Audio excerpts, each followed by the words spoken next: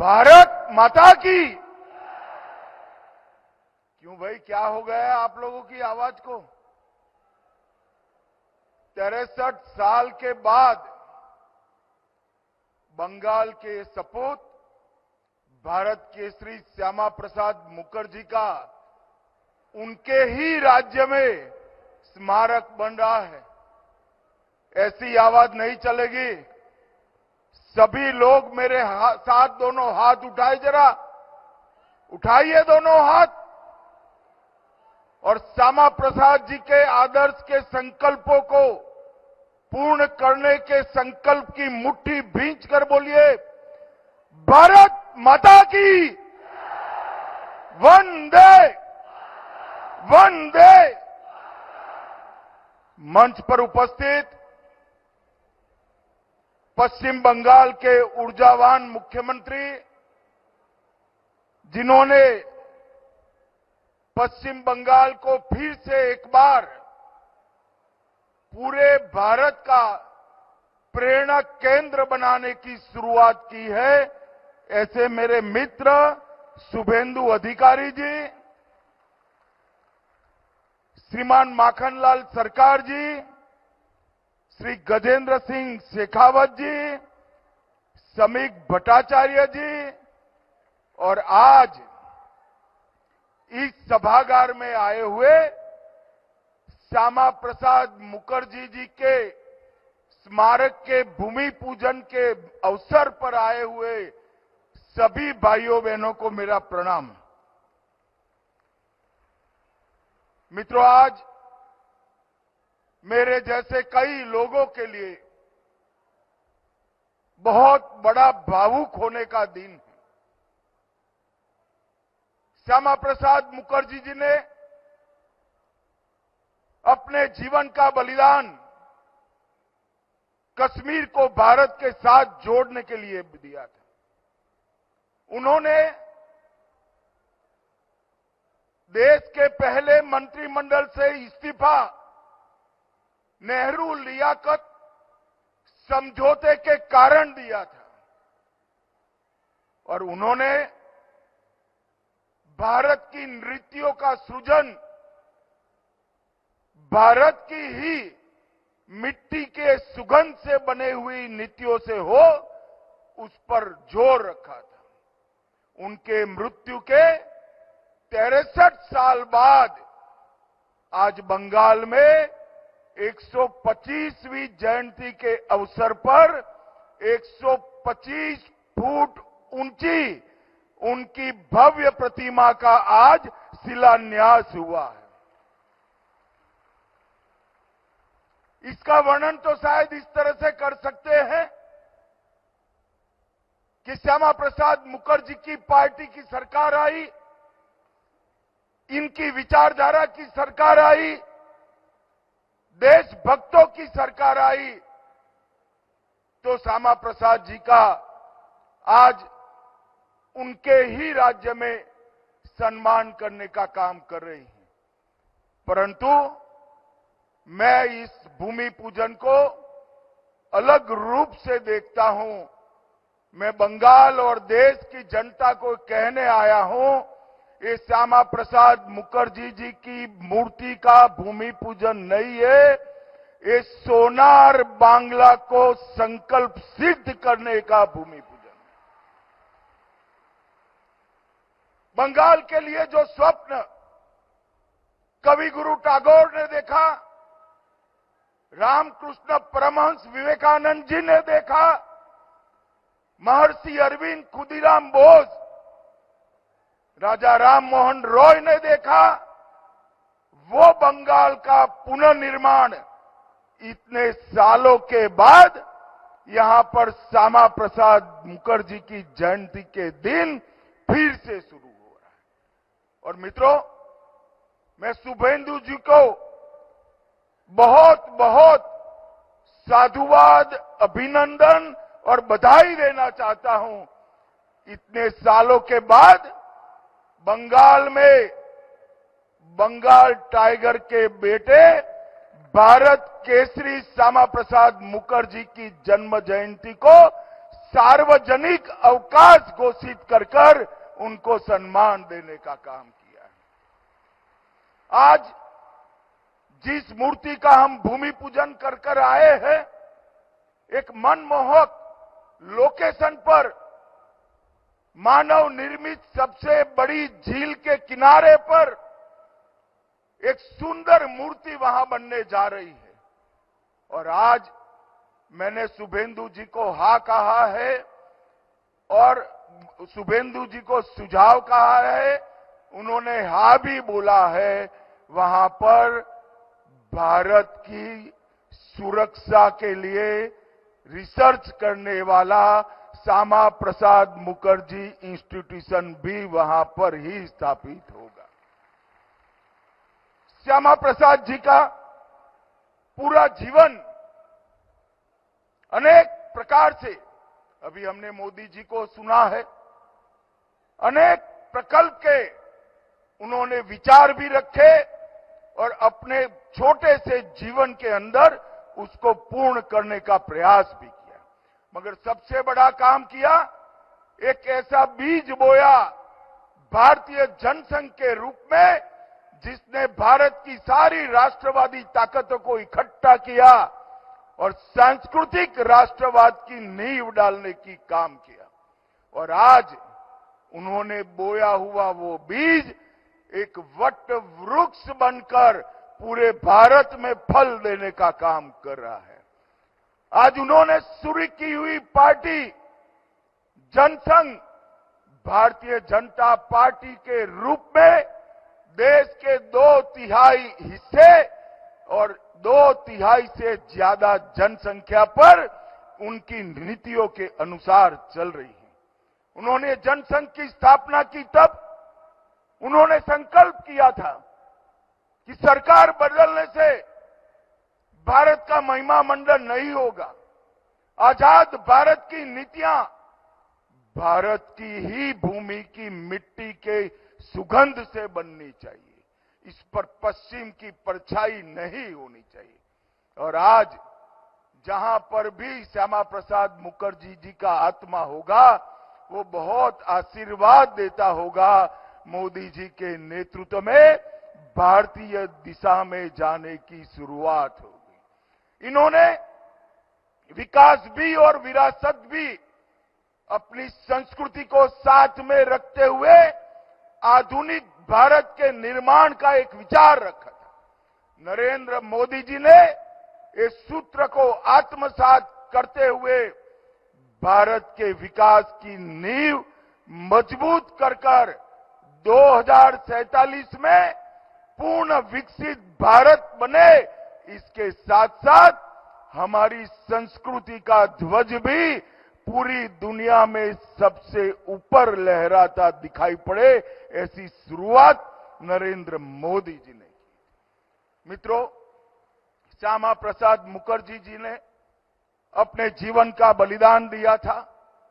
एक देश में 2 विधान 2 प्रधान 2 निशान नहीं चलेंगे नारा लेकर कश्मीर की जेल में इनकी मृत्यु हो गई, संदेहास्पद मृत्यु हुई। कांग्रेस ने कभी इसकी जांच नहीं कराई।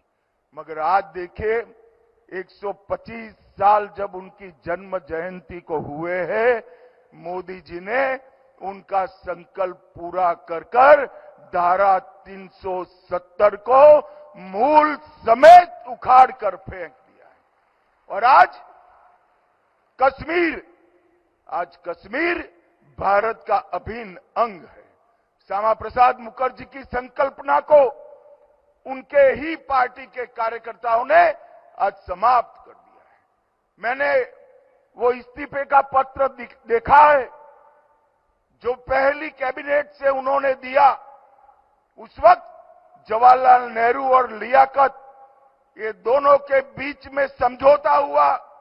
नेहरू लियाकत समझौते का जब डॉक्टर मुखर्जी ने अध्ययन किया, उन्होंने कहा इसमें पाकिस्तान और बांग्लादेश, इस वक्त का पूर्वी पाकिस्तान, उसमें जो हिंदू रह गए हैं, इनकी कोई चिंता ही आपने नहीं की। भारत में रह गए मुसलमानों की तो चिंता की, मगर पाकिस्तान और बांग्लादेश में रहते हुए हिंदू की कोई चिंता नहीं की। ये समझौता एक तरफा है, इसलिए मैं आपके मंत्रिमंडल से इस्तीफा देता हूं। और मित्रों, आज उनकी ही पार्टी की सरकार ने सीएए लाकर सभी हिंदुओं को नागरिकता देने का काम किया है। और मैं आज इस अवसर पर इस मंच से कहकर जाता हूं, शुभेंदु भाई हर रोज मुझसे उगाही कर रहे हैं, मैं उनको कहकर जाता हूं, जो बची खुची कसर है नागरिकता देने की, वो भी हम जल्दी से समाप्त कर देंगे, क्योंकि यहां अब भारतीय जनता पार्टी की सरकार है। धारा 370 समाप्त हुई, हिंदुओं को, शरणार्थी हिंदुओं को नागरिकता देने का काम भी समाप्त हुआ। और मैं बार बार कह चुका हूं, चुनाव प्रचारों में भी और अन्य जगहों पे भी, आज मैं फिर से एक संकल्प दोहराना चाहता हूं कि भारत की भूमि से एक एक घुसपैठिए को हम चुन चुन कर निकालकर भारत को पूर्ण सुरक्षित बनाएंगे। मित्रों, आज ये जो अवसर है, कई बार विधि भी कई योग करती है।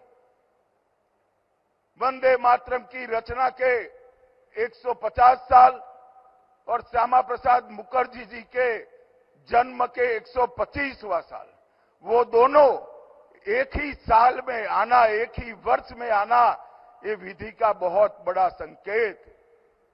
वंदे मातरम पूर्ण रूप से गाने की शुरुआत हो गई है। नई पीढ़ी गर्व के साथ भारत माता के सभी स्वरूपों की वंदना करेगी। और मैं फिर से एक बार कहना चाहता हूं, बंकिम चंद्र चट्टोपाध्याय जी ने जो वंदे मातरम की रचना की, वो भारत के सांस्कृतिक राष्ट्रवाद की नींव डालने का काम बंकिम बाबू ने किया था। 150 साल हो गए और ये दोनों का उद्गम राष्ट्रवाद, देश की सुरक्षा, इसके लिए श्यामा प्रसाद जी का संकल्पबद्ध जीवन और वंदे मातरम की रचना, दोनों जिस भूमि पर हुए हैं, वो भूमि में आज श्यामा प्रसाद मुखर्जी की उत्तुंग प्रतिमा लगाने का एक निर्णय और इसका भूमि पूजन हुआ है। मुझे लगता है इससे ज्यादा अच्छा मणिकंचन योग कहीं पर भी नहीं होता है। मित्रों, गंगा के अनेक नाम हैं। उत्तराखंड में 5 नदियां इकट्ठी होती है, फिर यमुना जी मिलती है, पूरे मध्य प्रदेश की कई नदियां मिलती है, यहां आता है तो हुगली भी मिलता है, मगर गंगोत्री से ही गंगा निकलती है।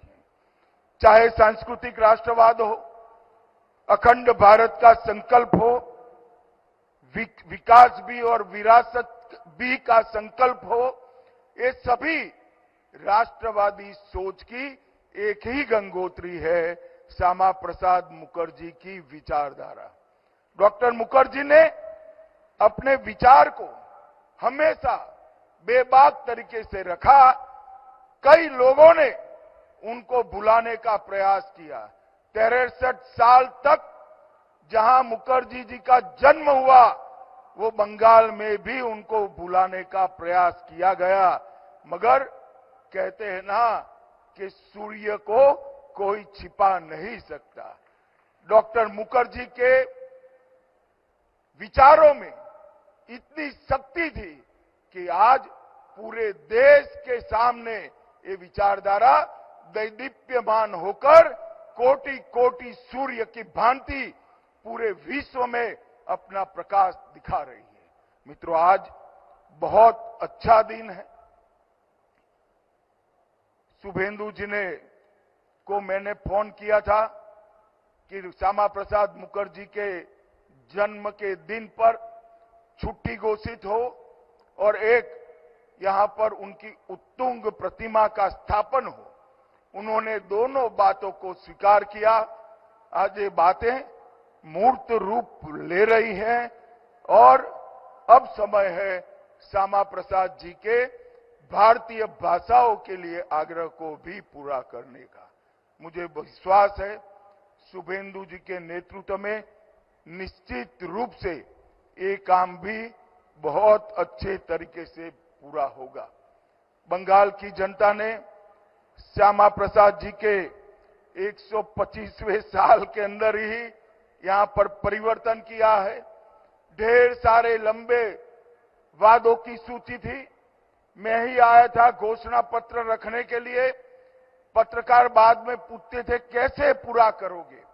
मैं सबको आज कहना चाहता हूं कि इतने कम समय में भारतीय जनता पार्टी के मुख्यमंत्री शुभेंदु अधिकारी ने अन्नपूर्णा योजना शुरू कर दी है, लागू हो गई।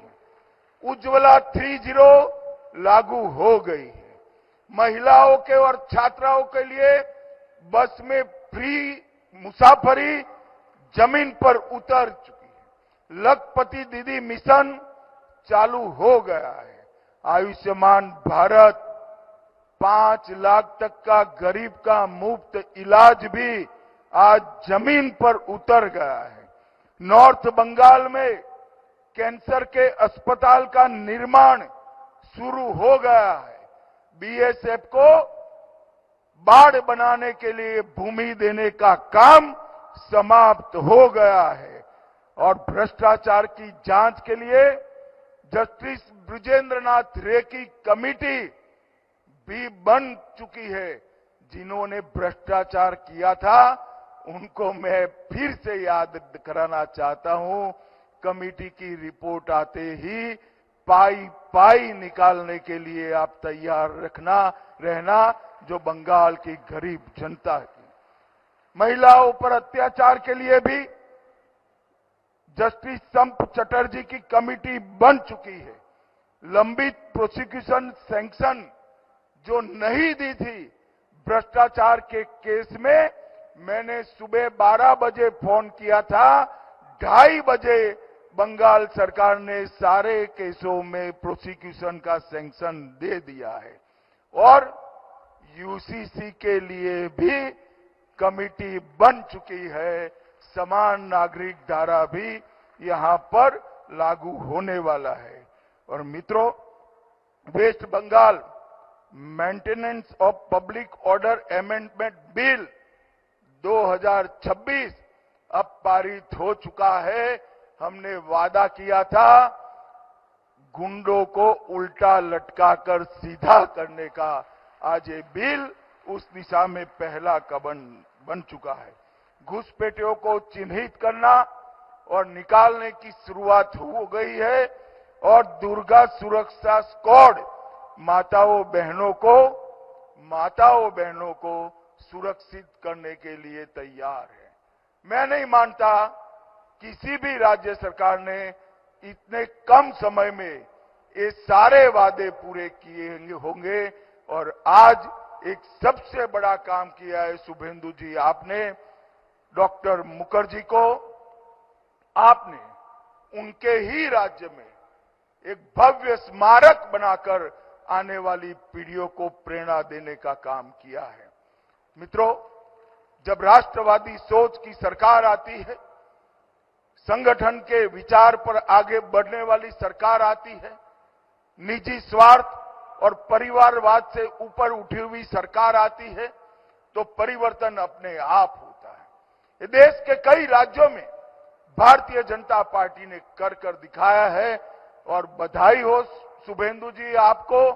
आपने बड़ी त्वरा के साथ हमारा घोषणा पत्र बंगाल के जनता के कल्याण के लिए जमीन पर उतारने की शुरुआत की है।